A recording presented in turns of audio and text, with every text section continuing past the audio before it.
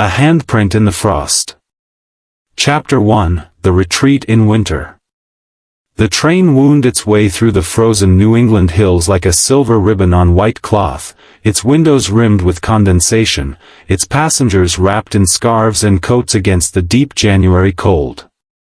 Jessica Fletcher, mystery writer and reluctant amateur detective, watched the snow-laden pines flash past with the same quiet interest she reserved for human nature. She had been invited to a winter retreat at the prestigious Avery Lodge, a converted hunting estate now used for cultural gatherings and philanthropic events. Its benefactor, Richard Avery, was well known in both New York and Boston as a wealthy industrialist turned patron of the arts. Jessica, though flattered to be asked to speak, had accepted the invitation more for the promise of a quiet few days of reading and writing than for the prospect of mingling with society's upper crust. When the taxi deposited her at the lodge, Jessica was greeted by a scene that might have come from one of her novels. The building loomed against a backdrop of snow-covered fir trees, its many chimneys sending up thin wisps of smoke that curled and vanished in the icy air. The lake beyond had frozen into a white expanse, and even the windows of the house glittered with heavy frost. The cold seemed to deepen every sound, the crunch of boots on the path, the squeal of the door hinges as she was admitted, the murmur of voices carrying from the great hall. Inside, warmth enveloped her. A fire roared in the stone hearth, and the scent of pine mingled with polish from the wooden floors. Jessica was shown to her room by a young aide named Michael Caro, who introduced himself as Mr. Avery's assistant. He was a tall man in his early 30s with steady hands, a courteous smile, and eyes that lingered a fraction too long when he spoke. He insisted on carrying Jessica's suitcase, assuring her that Avery had been eager for her presence at the retreat. "Mr. Avery admires your work greatly," Michael said with rehearsed sincerity. "He believes crime fiction sharpens the mind." Jessica smiled, accustomed to such polite flattery. Still, she made a note of his precision of speech, the way his voice carried a certain rehearsed calm, as though he had practiced being indispensable.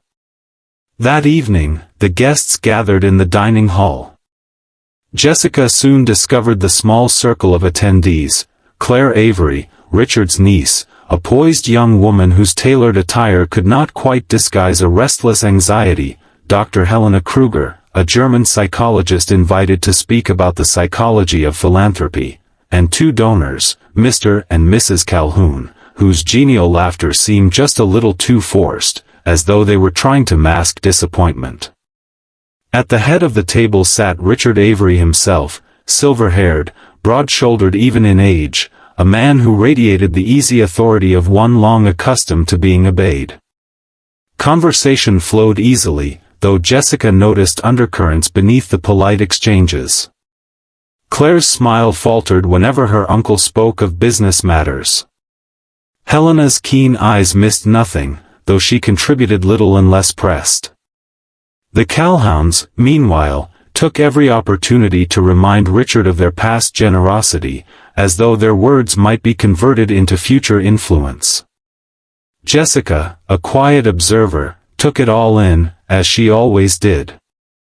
In human interaction, she believed, the smallest detail might later prove to be the fulcrum of truth. After dinner, they retired to the drawing room where brandy was poured and the storm outside grew heavier. Snow lashed the windows, and the wind moaned in the eaves. Richard Avery seemed invigorated by the weather, declaring that nothing refreshed the spirit like winter in the hills. Jessica, seated with her notebook in her lap, half listened, half scribbled ideas for a scene. She thought of a character stranded by a storm, secrets revealed as the snow deepened. She had no way of knowing how soon life would imitate her imagination. Near midnight, as the guests retired one by one, Jessica lingered by the fire. Michael hovered discreetly in the doorway, awaiting a signal from his employer. Richard stood by the tall frosted window, gazing out into the storm, his breath fogging the glass. "You know, Mrs. Fletcher," he said quietly, "winter has a way of stripping things bare. Trees, earth, even men. Nothing hides forever beneath the frost." Jessica was struck by the remark but had no time to question it further. He bade her good night, and Michael escorted him toward his study, a room at the far end of the corridor. Jessica was halfway along the landing when it came, the scream. Sharp, sudden, unmistakably human. It pierced the muffled quiet of the lodge, and for a moment every sound seemed to vanish, replaced by the echo of that cry. Doors opened along the hall, startled faces appeared, and hurried footsteps converged on Richard Avery's study. The door was locked from within, and it took two men throwing their shoulders against it before the panel gave way. Jessica was among the first to step inside. The sight before her was chilling. Richard Avery lay slumped across his desk, his head turned toward the tall window, his face pale against the dark wood. Papers were scattered across the floor. The fire in the hearth burned low.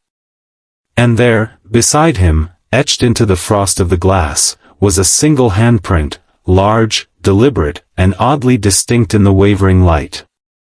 Gasps filled the room. Claire clutched at her throat. Helena murmured something inaudible. Michael stood frozen in the doorway, his expression carefully neutral yet his eyes fixed upon the frosted pane. Jessica, heart steady despite the shock, stepped closer. The window was otherwise untouched. Outside, the snow lay pristine, no footprints, no marks. The storm still howled, but nothing had disturbed the blanket of white. And yet the handprint glistened in the frost, as though pressed there moments before. The local police were summoned, though the storm would delay them for hours. In the meantime, the guests clustered in uneasy silence, whispering theories. Suicide, some suggested, though none could explain the handprint. An intruder, others murmured, but the snow outside told another story. Jessica said nothing. She stood by the window, her keen eyes studying every ridge of that frozen imprint, her mind already weaving threads. To her, the handprint was not a mystery but a message, a deliberate mark left by someone who wanted it found. As the fire sputtered and the wind rattled the shutters, Jessica Fletcher knew her quiet retreat had ended. She was once again in the middle of a puzzle, with fear and suspicion as her companions. Somewhere among the people she had dined with only hours before lay a killer. And the frost, fragile yet enduring, had preserved their first mistake. Chapter 2, The Locked Room of Snow. The wind had risen to a mournful howl by the time the broken door sagged against its hinges, and the group crowded into Richard Avery's study. A room that had been warm and orderly hours earlier now seemed transformed into a stage of menace. The fire had sunk to a sullen glow, casting long shadows across the bookshelves.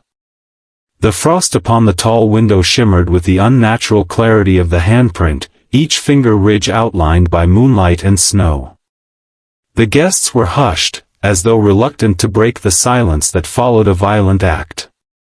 Jessica Fletcher felt a familiar steadiness take hold within her. Shock never lingered long in her company, habit, perhaps, born of years spent not only writing mysteries but solving them. She stood at the threshold a moment, letting her eyes travel carefully across the scene. Every detail might matter later. Richard Avery lay slumped over the desk, his cheek against an unfinished page of writing. A fountain pen lay nearby, its nib leaking a small dark pool that spread across the paper. The drawer to his right was slightly open, papers protruding untidily, a rare lapse for a man whose reputation for order was nearly legendary. There was no gun, no weapon of any sort, to suggest suicide.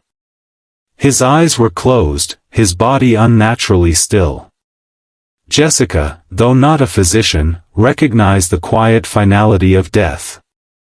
Uncle Richard. Claire Avery's cry broke the stillness.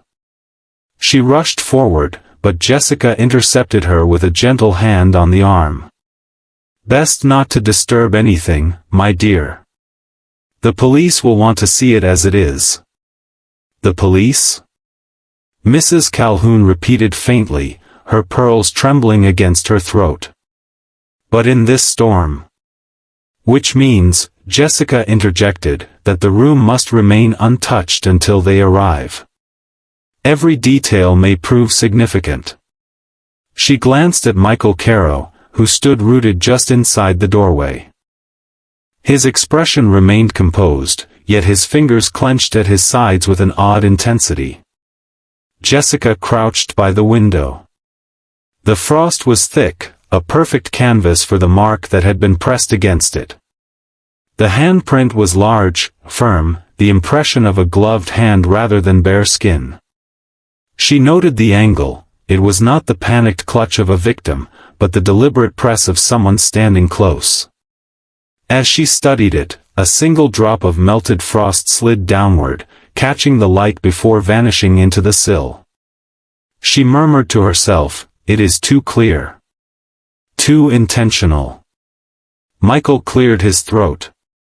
Perhaps it was an intruder, he suggested. Someone forced his way in, killed Mr. Avery, and fled through the window. Jessica looked at him evenly. In that case, Mr. Caro, where are the footprints? The snow outside is untouched. He faltered. Then he locked the door again after him? From the outside? In weather like this? Jessica shook her head. No. Whoever did this was already inside the house. A heavy silence fell. The storm rattled the shutters as though in agreement. Dr. Helena Kruger, composed even now, stepped forward. If suicide is excluded, and an intruder impossible, then logic dictates one of us is responsible. Her German accent lent the words a chilling gravity. That is not an accusation, merely deduction. The Calhouns exchanged uneasy glances. Claire paled and whispered, "But who could possibly?" Jessica gently interrupted. "We will know more in time. For now, we must preserve what evidence we can." She moved toward the desk, careful not to disturb the papers. Avery's diary lay open, the last line broken in mid-sentence. "There is something I must, nothing more." A pen stroke trailed away into a blot. Jessica's writer's mind noted the unfinished thought. Interrupted suddenly, perhaps violently. "Mrs. Fletcher," Michael said stiffly, "with respect, the police should handle this." Jessica met his gaze with quiet firmness. "And they will. But until they arrive, the responsibility falls to us to make sure nothing is lost." She looked again at the handprint. "Evidence melts, Mr. Caro. Especially frost." The group retreated reluctantly to the main hall while Michael locked the study door again. Jessica sat near the fire, her mind piecing together the puzzle. A locked room. A frost handprint. No footprints outside. 5 potential suspects, each with their own secrets. It reminded her of a particularly tangled plot she had once written, only this time the stakes were brutally real. Claire paced before the hearth, her face pale. "He wasn't well," she murmured. "Perhaps his heart." "Then how do you explain the handprint?" Jessica asked gently. Claire's lips trembled. "I don't know. He was afraid of something lately. He said things about enemies, about trust. I thought it was only business." Helena observed her with quiet interest. "Fear often reveals truth, Miss Avery. Tell us, did your uncle confide in you?" Claire shook her head quickly. "No. He was secretive. Always. Especially with Michael. Her eyes flicked toward the aide, who sat stiff-backed in a chair, staring into the fire. Jessica noted the glance but said nothing. Instead, she turned to the Calhouns. "And you? You knew Mr. Avery well?" Mr. Calhoun shifted uncomfortably. "Socially, yes. He was a man of influence. One could not help but admire him. Or envy him," Mrs. Calhoun added softly, her voice edged with bitterness. Jessica tucked the remark away in her mental notebook. Envy, money, trust, all fertile ground for motive. As the hours passed, the storm deepened. The roads were impassable, the police delayed. The guests retired reluctantly to their rooms, leaving Jessica by the dwindling fire. She considered every detail she had seen. A locked door. An unfinished sentence. A handprint that seemed too clear, too staged, as though deliberately left. She remembered Avery's words to her before parting, "Nothing hides forever beneath the frost." Was the handprint a message? A clue? Or a misdirection by a clever killer? Near dawn, when the storm eased at last, Jessica rose and quietly approached the study once more. She pressed her ear to the door. Silence. Yet the air seemed charged, as though the very room guarded its secrets. She resolved that the moment the police arrived, she would insist on preserving that frost handprint before it melted away. For Jessica Fletcher knew better than anyone, in mysteries, truth lies not in grand gestures but in the smallest details. And here, upon a frozen pane of glass in a locked room, the killer had already spoken, without words, without voice, through the silent press of a gloved hand. Chapter 3, The Handprint. The morning brought a pale, wintry light filtering through the heavy curtains of Avery Lodge, but it did nothing to dispel the chill in the air. The storm had eased, leaving the grounds buried in pristine white. The snow sparkled like crushed glass, unmarred by footprints. It was as if the house stood alone on an island, cut off from the world and its laws. Jessica Fletcher joined the other guests at breakfast in the dining hall. The mood was subdued, conversation clipped, the clinking of cutlery unusually loud. A few trays of eggs and toast had been laid out, but scarcely anyone touched them. Claire Avery stirred her tea without drinking, her face pale and drawn. Helena Kruger, perfectly composed, buttered a roll with clinical precision, as though performing a demonstration. Michael Caro, Avery's aide, did not sit at all. He stood by the door, his hands clasped behind his back, eyes scanning the room with the vigilance of a sentry. The Calhouns whispered to one another, occasionally casting suspicious glances at their fellow guests. When Jessica entered, all conversation ceased. She gave them a gentle smile and took a seat. "We will have a long wait, I imagine. The roads are only now being cleared. Until the police arrive, we must do what we can to keep our heads." Her calmness seemed to soothe them a little, though unease lingered. After a pause, she turned to Michael. "Would you kindly accompany me back to the study? I wish to examine the scene again before anything is disturbed further." He hesitated, his eyes flicking toward Claire, then gave a curt nod. Together they crossed the hall, their footsteps muffled by the heavy carpets. The broken door hung crookedly on its hinges, still bearing the splintered mark of last night's forced entry. Jessica entered first, pausing just inside the threshold to let her eyes adjust to the gloom. The handprint was still there, stark against the frost. The edges had softened slightly with the warmth of the room, but the impression remained, broad, deliberate, gloved. Jessica approached it with the reverence of a curator studying an ancient relic. "You were in the room with him last night, weren't you?" she asked softly. Michael stiffened. I brought him brandy, yes. As I often did. Afterward, I left him to work. Did he lock the door behind you? He always did. Mr. Avery valued his privacy. Jessica looked at him shrewdly. That would mean no one could have entered after you left, unless they already possessed the key. Michael said nothing, but his jaw tightened. Jessica bent closer to the frost.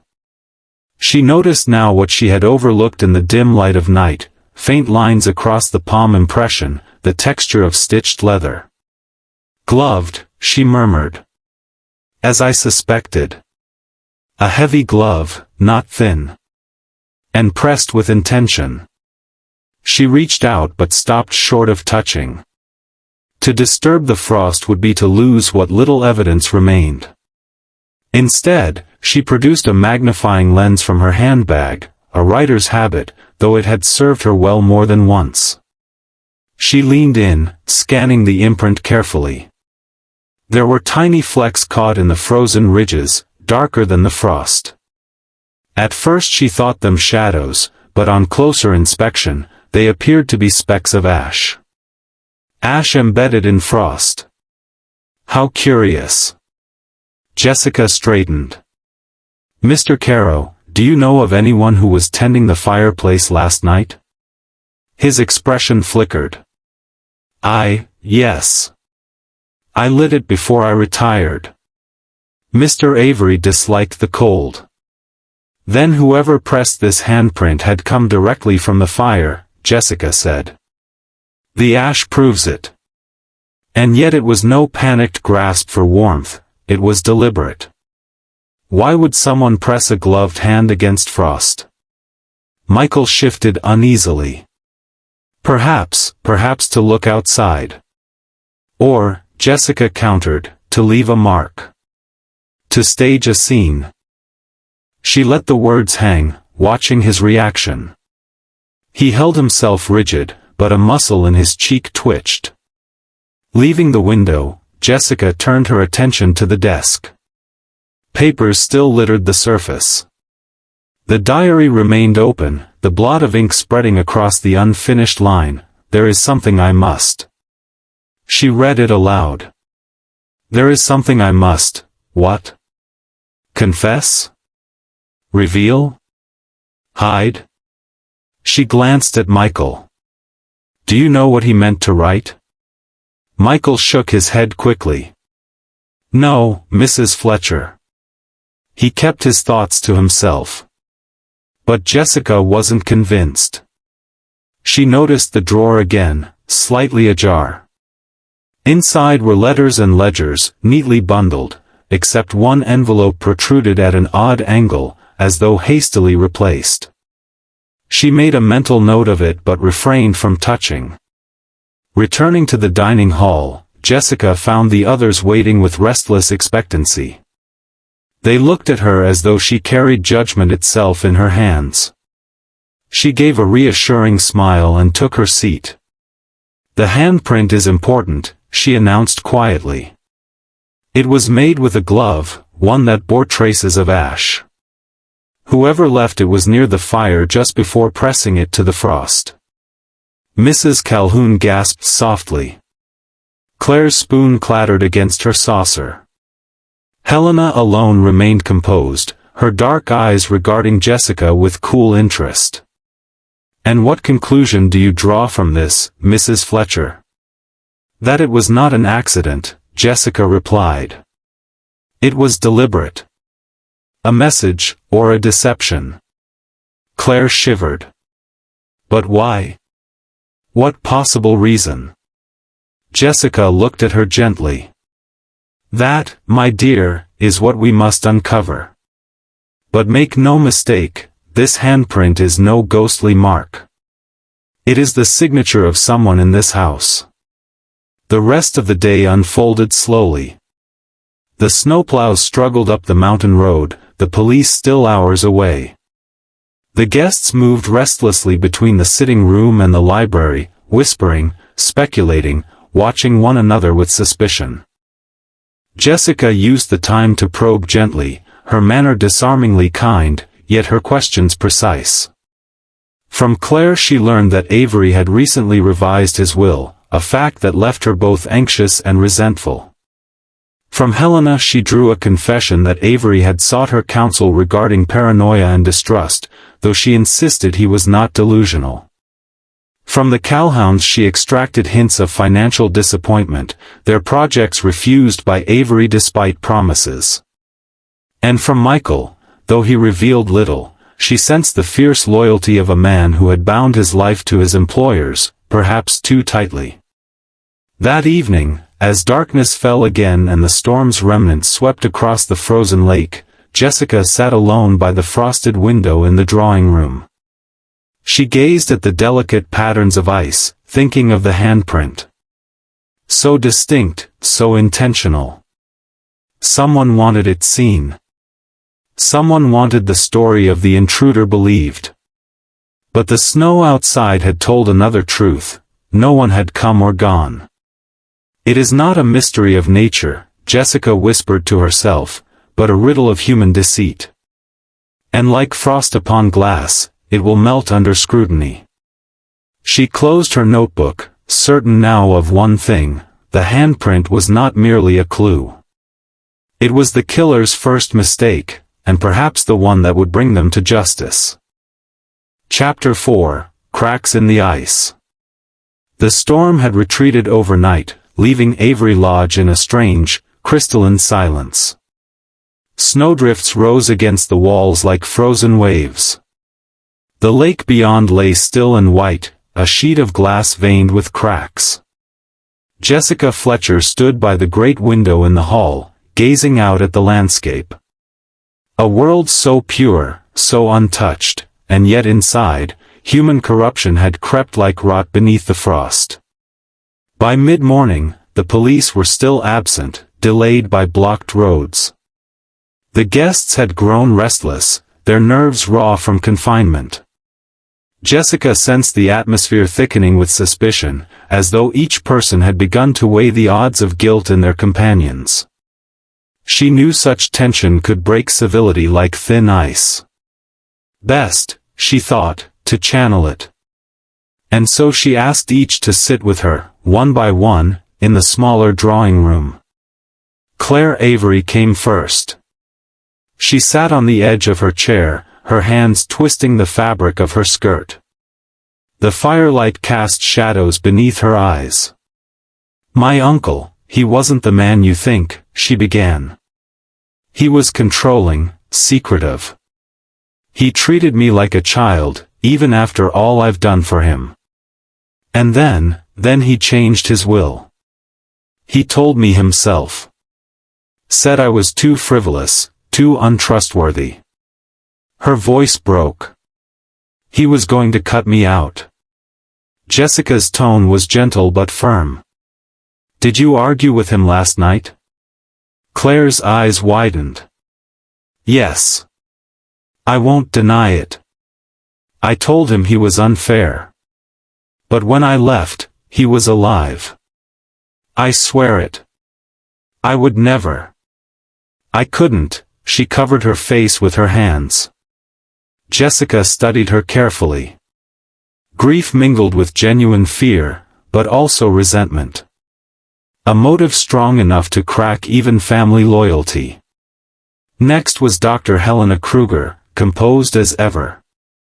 She crossed her legs neatly, folded her hands, and regarded Jessica with a psychologist's steady calm. "Mr. Avery was troubled," she said. "He came to me not only as a patron but as a patient of sorts. He feared betrayal. He mistrusted his own circle. He spoke of enemies where perhaps none existed. Yet he was perceptive. One cannot dismiss the instincts of a man who built an empire." "Did he name anyone?" Jessica asked. Helena's lips curved faintly. "He mentioned disappointment in his aide. He wondered whether Michael's devotion concealed ambition. But you must not misunderstand, I do not accuse. I merely recount. Jessica noted the precision of her words. Too precise, perhaps. Helena gave just enough to deflect suspicion from herself, redirecting it subtly toward Michael. A calculated move, Jessica thought, like adjusting a chess piece. The Calhouns followed together, unwilling to be separated. Mr. Calhoun blustered, while his wife hovered, wringing her hands. We've been loyal supporters, he insisted. Years of contributions, dinners, gala appearances. And yet, when we sought his support for our foundation, he dismissed us. Said it was frivolous. After all we had done for him. His voice rose, indignant. Mrs. Calhoun added softly, we were humiliated. But we would never harm him. Not over money. She faltered. Not over that alone. Jessica tilted her head. Then over what? But Mrs. Calhoun only shook her head, lips pressed tight. They left more flustered than they entered, leaving Jessica with the impression of people whose grievances were real, but whose capacity for murder was doubtful. Still, disappointment, especially financial, could drive desperate acts. Finally, Michael Caro entered. He closed the door quietly behind him and remained standing. You needn't interrogate me, Mrs. Fletcher, he said evenly. I had nothing to do with Mr. Avery's death. He depended on me. Trusted me. I would never betray him. Jessica's eyes narrowed slightly. Trust is a heavy burden, Mr. Caro. And sometimes, it turns into resentment. His expression hardened. I devoted my life to him. Do you understand? He was more than an employer. He was everything. For a moment, his composure slipped, revealing a flash of something deeper, anger, perhaps, or grief twisted into something darker. He quickly recovered. If you want answers, look elsewhere. Miss Avery, perhaps. Or those donors. Yet it was you, Jessica said softly, who tended the fire in his study. Which means it was your hands that bore the ash I found embedded in the frost. His jaw tightened, but he said nothing. He left the room in silence, and Jessica felt the temperature drop in his absence. By afternoon, the guests reconvened in the great hall.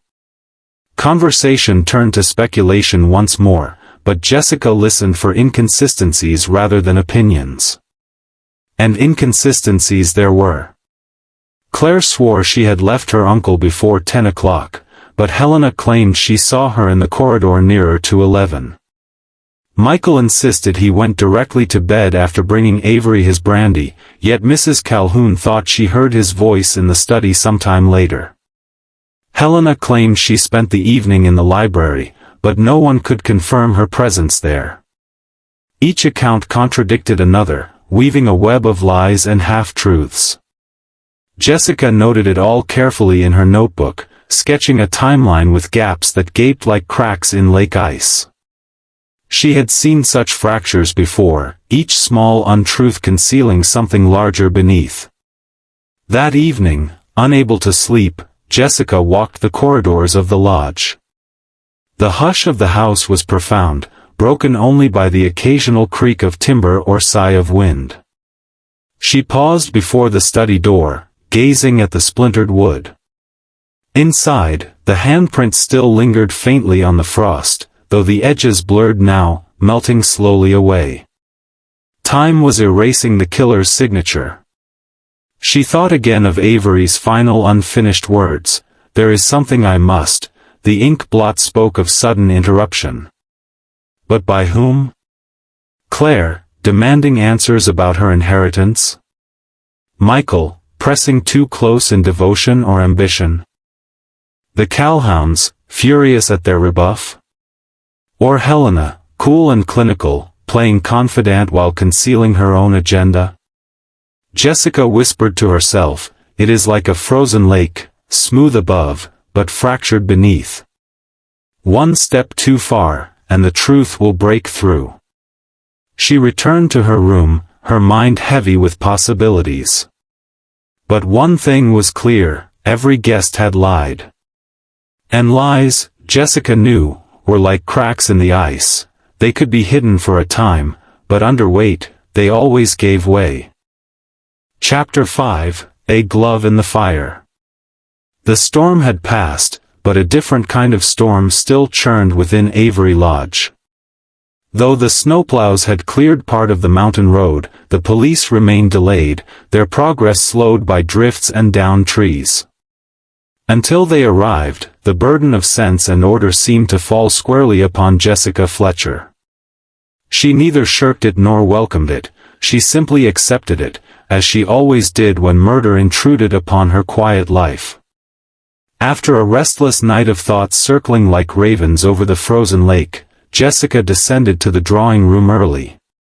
The air was chill, the fire little more than embers. She crouched to tend it, adding kindling, when something caught her eye, a faint smell, acrid and chemical, rising from the ashes. Not merely wood smoke. She leaned closer. There, half buried among the gray remnants, was a scrap of blackened leather. Jessica used the poker to ease it from the ashes. A corner of a glove, charred but not consumed. The stitching was still visible, though brittle with heat. The smell was sharp, unmistakable, the scent of something unnatural burned in haste. She placed the fragment carefully on the hearthstone and studied it. A glove. And somewhere in the house, its missing twin. By the time the other guests assembled for breakfast, Jessica had slipped the fragment into an envelope she carried in her handbag. She chose not to reveal it immediately. Better, she thought, to watch them first. To see who betrayed themselves without knowing the evidence against them. Claire arrived pale, her eyes red from weeping. Helena was as composed as ever, her hair sleek, her blouse crisp, as though murder could not ruffle her. The Calhouns entered arm in arm, whispering, then laughing too loudly, as if forced gaiety could mask their unease. Michael came last, his movements precise, his gaze sliding over Jessica before fixing on Claire with something unreadable. The silence during breakfast was oppressive. Jessica decided to break it. "Tell me," she said casually, "did any of you lose a glove last night?" The effect was immediate. Claire's head jerked up, eyes wide.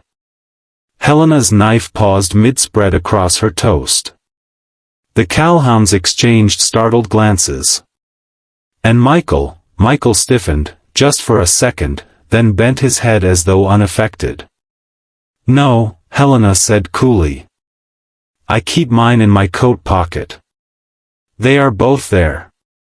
"Mine too," Mrs. Calhoun murmured. "Matching set, I assure you."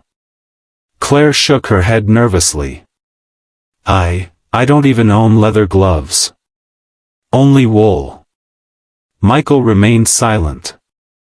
Jessica let the silence stretch. "Curious," she said softly, "because I found evidence that one was burned in the fireplace." All eyes turned to her.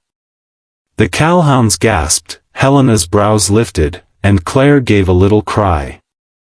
Michael alone remained very still, his expression carved from stone. "Burned?" Helena echoed. "But why would anyone destroy a glove?" Jessica met her gaze. "Because it carried evidence. Perhaps frost. Perhaps ash.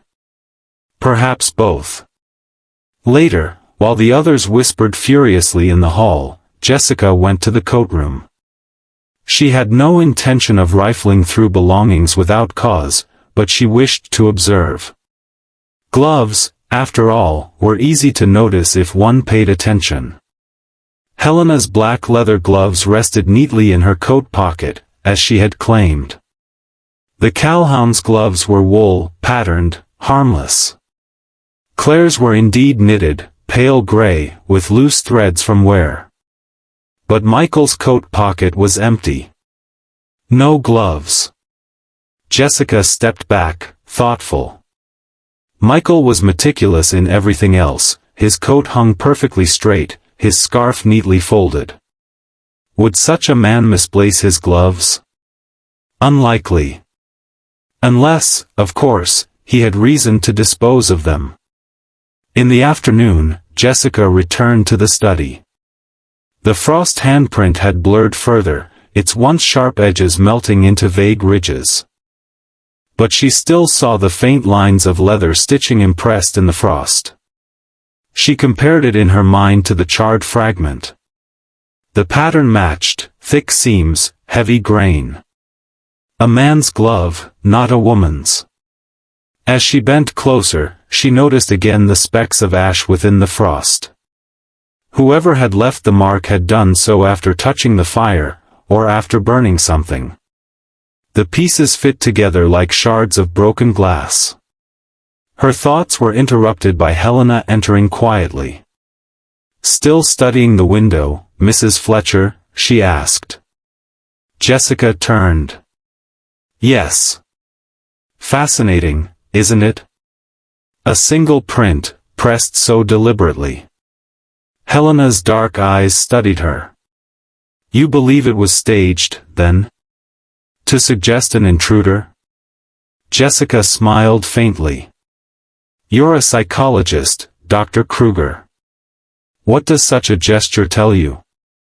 Helena considered. It speaks of control.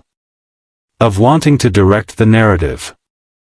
To guide others toward a false conclusion. A guilty mind often seeks to distract. Jessica nodded slowly. Quite so. And often, the attempt at distraction becomes the very rope by which the guilty hang themselves. That evening, the group gathered once more in the main hall. The tension was palpable, the fire snapping in the grate the only sound. Jessica decided it was time to reveal her discovery. She produced the charred fragment from her handbag and laid it on the table. A glove, she said quietly. Burned, but not destroyed. Found in the fireplace this morning. And the handprint on the window bears the mark of its stitching. Whoever destroyed this glove sought to conceal their link to that print. Claire gasped. Mrs. Calhoun murmured, my word. Helena leaned forward, eyes glittering with interest. And Michael's face was expressionless, but Jessica noticed his hands clench into fists at his sides. Does anyone wish to claim it? Jessica asked. Silence. She let her gaze travel across each face. Then let me be plain. This glove belonged to someone in this house. Its twin exists still, somewhere. And when it is found, the truth will follow. Helena broke the silence. Then perhaps, Mrs. Fletcher, you should search our rooms. Jessica shook her head. No. The guilty will reveal themselves soon enough. For gloves, unlike words, cannot lie. That night, as she retired, Jessica wrote in her notebook, the handprint. The glove. The ash. All pieces of the same puzzle. The killer staged the scene, believing frost would conceal, not reveal. But frost melts, and when it does, the truth will remain. Outside, the frozen lake gleamed beneath the moon, its surface fractured with hairline cracks. Jessica thought of the people under this roof, their motives, their secrets, their brittle alibis. The ice was breaking. And soon, someone would fall through. Chapter 6, The Thawing Truth. Morning came cold and bright, the snow reflecting the sun so fiercely that the windows of Avery Lodge glowed white as mirrors. The storm had passed, but the isolation remained, the roads still blocked in parts, the police delayed yet again. Inside, the air was heavy with unease. The guests moved about with the nervous stillness of actors waiting for their cue, speaking little, avoiding one another's eyes. Jessica Fletcher rose early, notebook in hand, determined to use the quiet hours. The frost handprint in Richard Avery's study was already softening at the edges, the warmth of the house eating into its clarity. If the police arrived too late, it might vanish altogether. She knew she had to preserve it. From her handbag she produced a clear sheet of film she had once been given during a forensic demonstration at a university lecture. She pressed it gently against the frost, lifting the impression with care. When she pulled the sheet away, the ridges of the print clung faintly to the film, imperfect, but enough to study. She placed it into a folder and sighed with relief. Evidence secured. But as she leaned closer to the window, she saw something more. Tiny particles, darker than frost, embedded in the icy ridges. She took a small brush from her case, an old habit from her days researching crime scenes for her novels, and coaxed them onto white paper. Ash. Fine, black, unmistakable. She sat back, thoughtful. The burned glove in the fireplace. The stitching marks visible in the frost. And now ash within the handprint itself. The connections formed a chain, each link fastening around the truth. Whoever had left that print had handled the fire, had burned the glove, and had then pressed their hand deliberately to the glass. It was not chance. It was staging. Jessica joined the others at breakfast, carrying her folder discreetly. The atmosphere was brittle. Claire toyed with her toast, scarcely eating. Helena Kruger, composed as always, watched the room with the sharpness of a hawk. The cowhounds whispered in low tones, their words sharp with anxiety. Michael Caro poured coffee for each guest, his movements smooth, his face unreadable. When Jessica sat, she laid her folder gently on the table, unopened. She smiled pleasantly. I was in the study this morning. The frost handprint is fading. But not before I preserved it. Every eye turned to her. You, preserved it? Claire whispered. Jessica nodded. Yes. And in doing so, I discovered particles embedded within the frost. Ash. Whoever pressed that hand against the glass had first touched the fire, or something burned in it. The effect was immediate. Mrs. Calhoun gasped. Mr. Calhoun muttered an oath under his breath. Helena tilted her head, intrigued. And Michael's hand trembled for the barest instant before he set the coffee pot down with a thud. Jessica let the silence stretch. You see, frost remembers. Even when it melts, it holds the secrets of what touched it. And those secrets are not easily hidden. After breakfast, Jessica asked Claire to walk with her along the gallery that overlooked the frozen lake. Claire's face was drawn, her eyes hollow with sleeplessness. Miss Avery, Jessica began gently, you told me your uncle cut you from his will. That must have been painful. Claire flinched. I said too much. I shouldn't have. You told the truth, Jessica said softly. And the truth is never too much. But it makes you vulnerable. Others may seize upon it to cast suspicion. Claire looked at her quickly. You think someone is trying to frame me? Jessica placed a hand on her arm.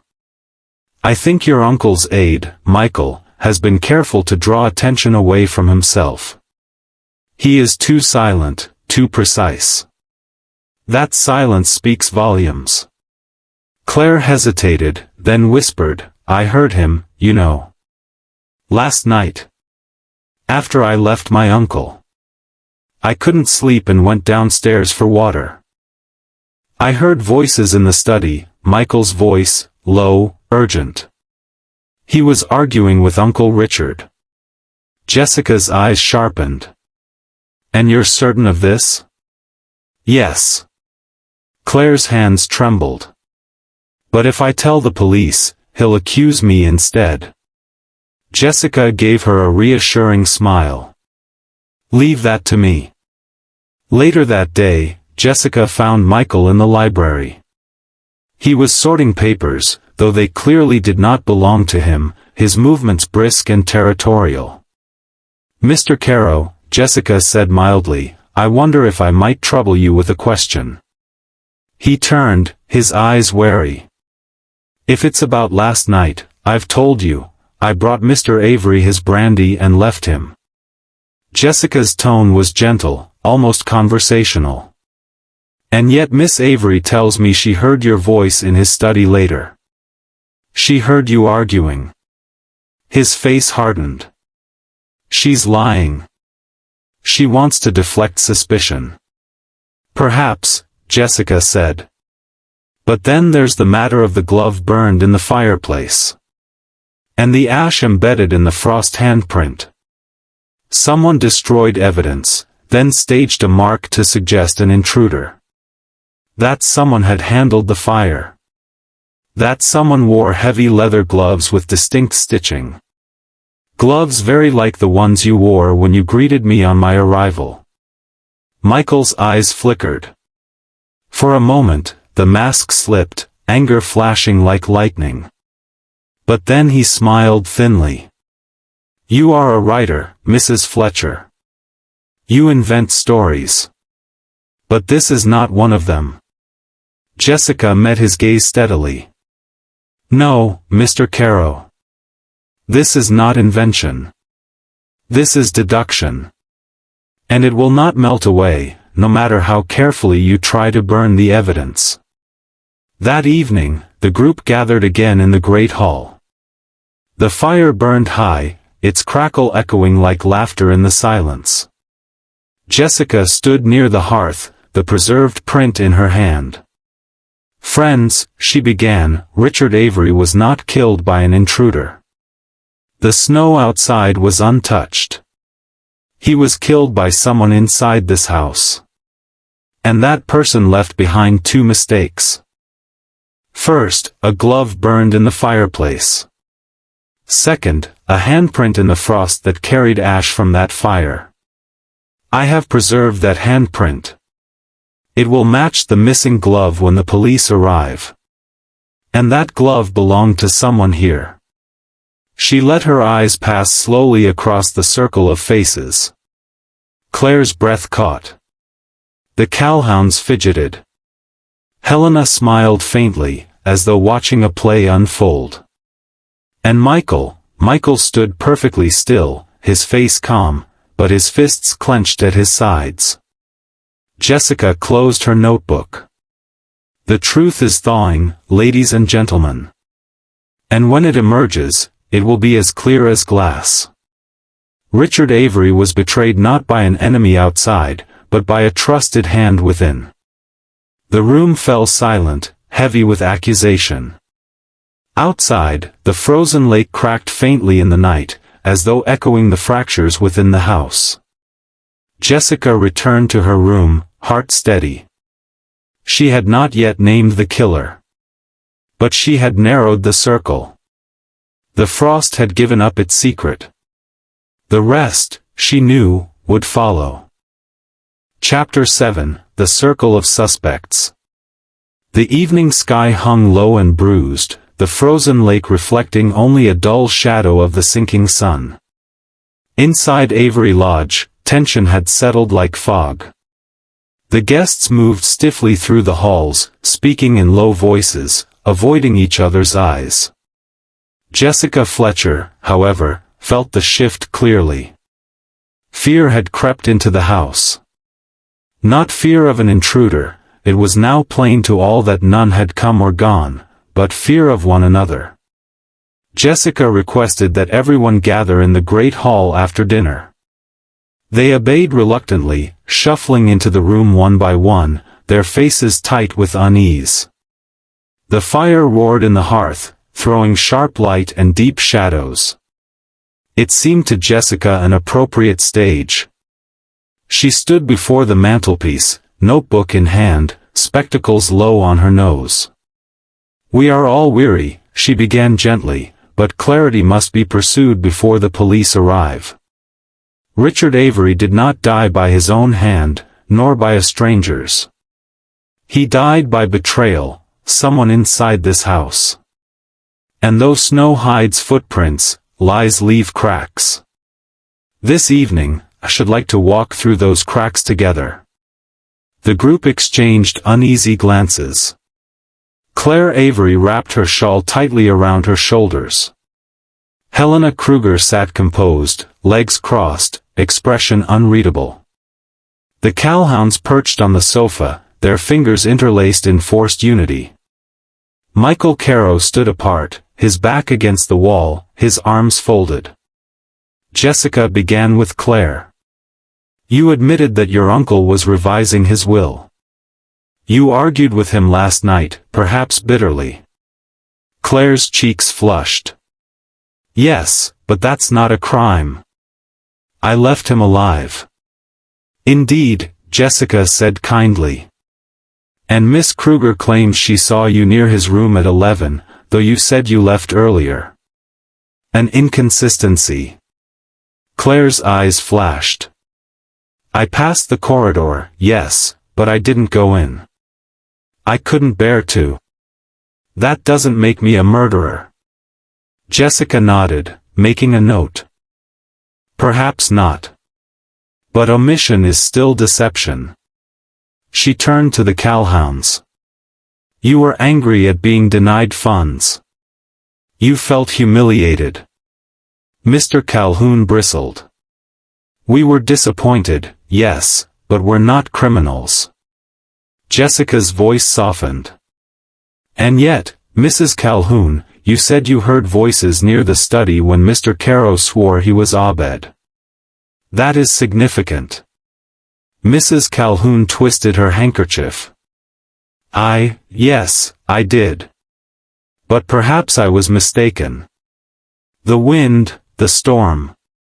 Or perhaps you were correct," Jessica murmured. Her gaze shifted to Helena Kruger. "You told us Mr. Avery sought your counsel about paranoia and mistrust. You suggested he doubted his aide. And yet, you were strangely vague about your own movements that evening. Hours in the library, you said, alone. Conveniently unverifiable." Helena's lips curved faintly. "You suspect me?" "I note," Jessica said, "that you are the only one here with a professional grasp of psychology, of how fear and suspicion can be manipulated. If anyone could plant ideas, it was you." Helena inclined her head. "An interesting observation." Finally, Jessica faced Michael Caro. He straightened, his expression guarded. "You were Mr. Avery's aide, his confidant, his shadow. You tended the fire in his study, leaving ash on your gloves. A glove was later burned in that very fireplace. And the frost handprint bore stitching identical to yours. When questioned, you deflected, accusing others, yet you never explained the missing gloves." Michael's jaw tightened. "This is absurd. You have no proof." Jessica's voice was calm, but it carried. "Proof lies not only in objects but in behavior. When I revealed the existence of the burned glove, every person here reacted with surprise, except you. Your composure cracked only for a moment, but it cracked. And that, Mr. Caro, is enough." The room fell silent. The fire crackled loudly, filling the void. Jessica turned slowly, addressing them all. "Consider the picture, Richard Avery, wealthy and powerful, surrounded by those with motives. His niece, resentful of disinheritance. His donors, humiliated and bitter. his psychologist, privy to his fears, and his aide, devoted, indispensable, yet perhaps too ambitious. Each had reason. But opportunity? Only one person remained inside his study after the others had gone. Only one had the chance to stage the Frost handprint, to burn the glove, to lock the door behind him. Only one fits all the fragments of this puzzle. Her eyes rested on Michael. Claire gasped, covering her mouth. The Calhounds muttered in shock. Helena's expression sharpened with satisfaction, as though she had expected the conclusion all along. Michael's face remained unreadable. "So you say," he replied softly. "But what of Miss Avery's testimony? Or the Calhounds? Their words are hardly solid." Jessica's tone was steady. "And yet the Frost does not lie. It preserved what you thought destroyed, ash, stitching, intention. The truth is thawing, Mr. Caro. The police will test what I have preserved. And when they do, the handprint will speak." Michael's eyes darkened, but he said nothing. Jessica closed her notebook. "Each of you must remain here until the authorities arrive. Tonight, the circle of suspects narrows. The betrayal was not from afar, but from within these walls." She dismissed them gently. One by one they filed out, subdued, shaken, whispering among themselves. Only Helena lingered a moment, her voice low as she passed Jessica. "You are right, Mrs. Fletcher. Frost remembers what men forget. But do not underestimate desperation. A cornered man can be dangerous."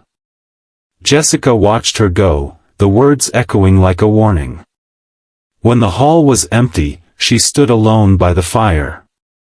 Her gaze lifted to the frosted window. Outside, the night had returned, cold and silent. The glass glimmered faintly, and she thought of Avery's final unfinished words, "There is something I must." Perhaps he had meant to confess. Perhaps he had meant to reveal. But he had been silenced before the sentence could end. Jessica whispered, "The truth lies there, in that silence. And tomorrow, when the police arrive, it will be spoken aloud." She turned away, her heart steady but watchful. The circle of suspects had tightened. But one step remained, to draw the net closed. Chapter 8, The Betrayal in Frost. The following morning dawned bleak and still. The snow lay deep around Avery Lodge, glittering in brittle silence beneath the pale sky. At last, the distant grind of engines reached them. The police had managed to climb the mountain road. Relief stirred among the guests, though it was a brittle relief, edged with fear. Each knew the truth would soon emerge, and none could be certain of escaping suspicion. The officers entered briskly, stamping snow from their boots. The local inspector, a stout man named Hammond, listened as Jessica Fletcher outlined the events. Though skeptical at first, his respect grew as she calmly presented her notes, her observations, and the preserved Frost handprint. "Very well, Mrs. Fletcher," he said, "if you believe you can unravel this, the floor is yours. I'll hear it with everyone present." The guests were summoned once more to the great hall. They gathered reluctantly, their faces pale in the firelight. Jessica stood before them, the sheet of preserved frost held carefully in her hand like a relic. "Last night," she began, "I told you the truth was thawing. This morning, it is clear. Richard Avery was murdered, not by an intruder, but by one of you. The snow outside proved no one entered or left. And the handprint on the frosted glass was not a desperate mark by the victim but a staged deception, pressed deliberately with a gloved hand." Her gaze swept the room. Claire shivered in her shawl. The Calhounds clasped each other tightly. Helena Kruger leaned forward, sharp-eyed.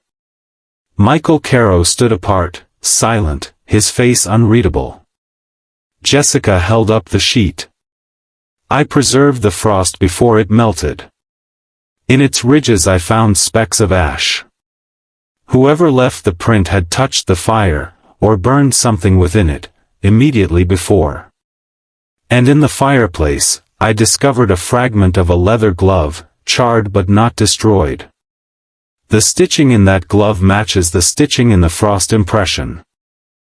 The handprint belonged to the person who burned that glove. Gasps rippled through the room. Jessica let the silence linger before continuing. Now let us consider each of you. Claire Avery quarreled with her uncle about his will. A painful motive, yes, but when I spoke with her, her grief was raw and unfeigned. Moreover, she had no leather gloves. Hers were wool. She could not have left that mark. Claire's eyes filled with tears, though relief flickered behind them. The Calhouns resented being denied funds.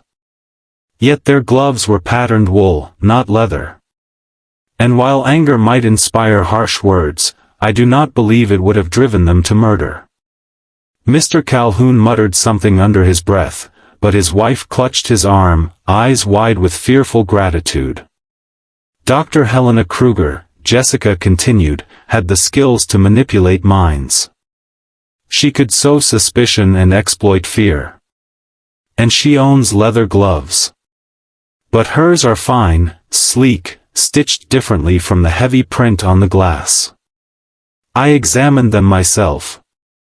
She concealed knowledge, yes, but not guilt. Helena inclined her head, acknowledging both the accusation and the reprieve. That leaves one, Jessica said softly. Michael Caro. Mr. Avery's aide. His most trusted hand. The room tensed. Michael's jaw tightened, but he did not speak. You tended the fire last night, Mr. Caro, Jessica went on. You admitted as much. The ash in the frost proves the same hand that stoked the fire pressed itself against the glass. When I asked about gloves, yours were missing. One was burned in the fireplace, the other you must have hidden. And when I mentioned the glove fragment, you alone showed no surprise, only a flicker of anger, swiftly masked. The frost betrayed you. It remembered what you sought to erase. Michael's silence stretched. The fire snapped in the grate. Jessica's voice softened. Richard Avery trusted you more than anyone. But trust can be a prison, can't it? You devoted your life to him, only to find he intended to diminish your role, perhaps even dismiss you. He was preparing to write it down when he died. There is something I must, he wrote. I believe he meant to say, there is something I must change. His will, his plans, his reliance on you. He was about to cut you free. Michael's face darkened, his composure fraying at last. He owed me everything, he said hoarsely. I gave him my loyalty, my life. And what did he give me? Dismissal. Ingratitude. His voice rose, trembling. He thought he could cast me aside like an old coat. I couldn't let that happen. Claire gasped, her hands flying to her mouth. Helena watched intently, unflinching. The Calhouns whispered in horror. Inspector Hammond scribbled notes furiously. Jessica's tone remained calm. So you confronted him. In anger, you struck. And afterward, you staged the scene. You pressed your gloved hand against the frost, pretending to be an intruder. But you forgot the snow outside was unbroken. You forgot frost remembers ash. You burned the glove, but half remained. And the frost itself kept your secret until I uncovered it. Michael's shoulders sagged. He gave a bitter laugh. All these years, Mrs. Fletcher, I managed everything for him. His letters, his finances, his comfort. I was indispensable. And yet he saw me as nothing more than a servant. I deserved more. I earned more. Jessica's eyes softened, though her voice held firm. Ambition and loyalty are uneasy companions, Mr. Caro. In the end, it was not gratitude you wanted but power. And power is a poor substitute for trust. Inspector Hammond stepped forward, his men close behind. Michael did not resist as they placed him under arrest. He only bowed his head, muttering, "He should have given me everything. Everything." The officers led him away, his footsteps echoing across the wooden floor until the lodge was quiet once more. The guests dispersed slowly, subdued. Claire sat heavily in a chair, tears streaming down her cheeks. "I can't believe it," she whispered. "Michael, he was always at my uncle's side. Always so calm. I thought he cared." Jessica placed a gentle hand on her shoulder. "Sometimes, my dear, betrayal wears the mask of devotion. It is the deepest cut of all." Helena Kruger approached Jessica as the others drifted away. "You saw it clearly," she said. "The handprint, the ash, the glove. You noticed what others dismissed. Frost remembers." Jessica smiled faintly. "Frost remembers, yes. But it is human nature that reveals itself, if one is willing to look." Helena inclined her head.